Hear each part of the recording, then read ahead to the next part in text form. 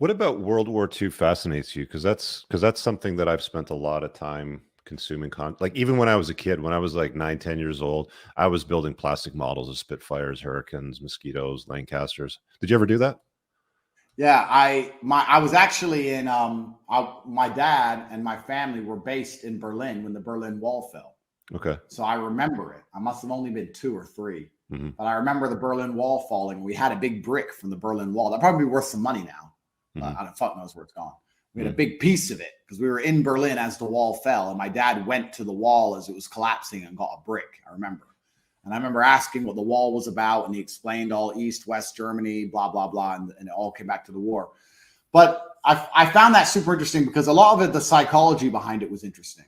The psychology of the PSYOP, and it shows that humanity's not changed very much. Like everyone likes to believe they wouldn't have been a Nazi and they would have rejected Hitler, but then they put their mask on command, and it shows that no one's learned anything at all. So yeah, the psychology of it is very interesting, and just all the different theaters of war and the fact that people were trying to live normal lives as all of this is going on around them, just ultra fascinating.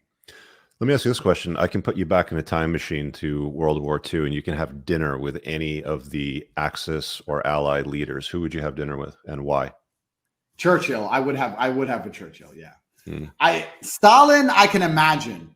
The thing is, I can imagine the characters of the others. I can imagine the characters of all of them pretty well, but I think Churchill will be the most interesting. Stalin, I can imagine as just cold, calculated, and just very typically Russian. Stalin was insane, technically.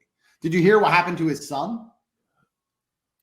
Vaguely, I think one of his sons he put into a home or something. He was mentally Even challenged. worse. So when his wife and daughter died, Stalin said, "Any love I had for the human race has died along with them." And after that, he became exceptionally cold-hearted. And his son was captured by the Nazis.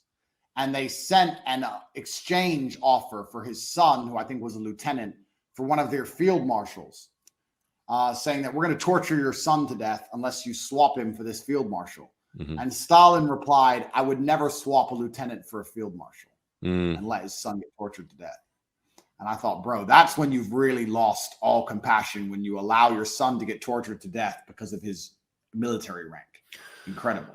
Yeah, it's a fascinating time in history. Like Hitler, Mussolini, like all of these leaders, like they were all deranged to some degree, man. It was like, and they mobilized an entire country to follow them. So it's no surprising that, recent last few years, we mobilized people to follow the scandemic, stand on your dots, wear your mask, take your jabs, sheeple.